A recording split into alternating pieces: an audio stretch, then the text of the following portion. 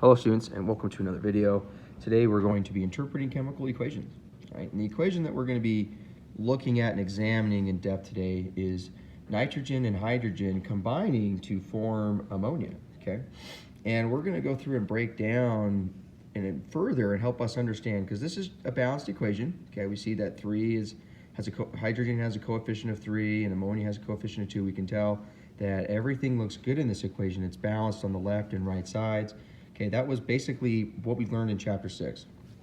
And now we're going to add information to this. We're going to give it a little more context of understanding the quantities needed to make these products and how much reactants we need to form to make ammonia, okay?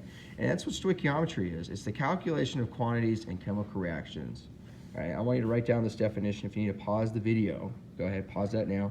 Write down the definition, put it in your notes. Okay, we're calculating the quantities in chemical reactions. So if we come down here, I just want us to appreciate this picture down here. So we have our reactant. It's dinitrogen and dihydrogen. These exist as diatomic molecules. Okay, we should know this by now. All right. And we basically need 2 nitrogens for every 6 hydrogens to make ammonia. Okay, so our reactants and our products balance out because we have 2 and 6, and we have 2 and 6.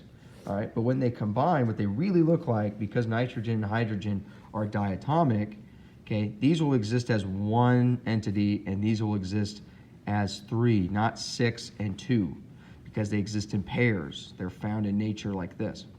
So we're going to have 3 molecules of hydrogen for every molecule of nitrogen. So there's a ratio there. We need 3 to 1 as far as hydrogen to nitrogen.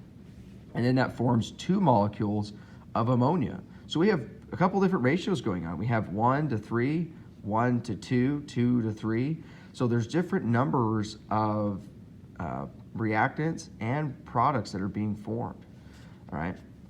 And if we look at this in the terms of moles, for every 1 mole of nitrogen, I would need 3 moles of hydrogen, and I would create 2 moles of ammonia. Now, don't get tripped up with mole. You're like, okay, I'm forgetting what that term is, right? You're struggling to understand. It's a counting measure, okay? It's just like a dozen. I need 1 mole, that large number of that substance, okay, of nitrogen. If I had 1 mole of this, I would need 3 moles of hydrogen. I need 3 times as much hydrogen than I would nitrogen to be able to make just 2 of these ammonia molecules. All right, and because we know that hydrogen and nitrogen, they are different atoms, so they're going to have different masses. Nitrogen's a lot bigger. Okay, so if we have 2 of them, we're going to form 28 grams. And if we look at our periodic table, let me grab one here. Okay, our nitrogen is 14.01. That's its molar mass. But because it's existing in a diatomic molecule, we have to multiply it by 2 because there's 2 of them. Okay, so that's going to be 28 grams. All right, and hydrogen is 1.008. And in this problem, they simplified it, but there's 2 of them, so there's 2 grams. So our total reactants, if we had 1 mole of nitrogen and 3 moles of hydrogen, it would weigh 34 grams. Now, we have to double check this, because if that's how much it weighs on this side, totally between nitrogen and hydrogen atoms, how much does it weigh on the other side? Well, NH3, okay, it has a average atomic mass of 17.0 grams. That's how much this ammonia weighs, but there's 2 of them, and that also equals 34.0 grams of product. So this balances out as far as in terms of stoichiometry, because we're looking at the quantity of the substances, and that is in both moles and masses, okay? And the masses now balance, okay? Our moles are basically showing us a ratio, okay? They won't always equal each other. Do you see how this one's 2, 3, and 1? They're all different. It's because it's showing you the ratio.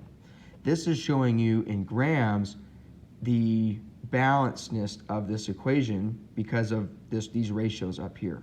Okay? It takes practice. Me explaining this isn't going to be enough. You're going to have to do the practice problems, work through it to understand what is happening. It's going to take multiple attempts to get this concept. When you come back to review this video, it should make a lot more sense after you've done some practice. Okay? And ignore the volumes. Okay?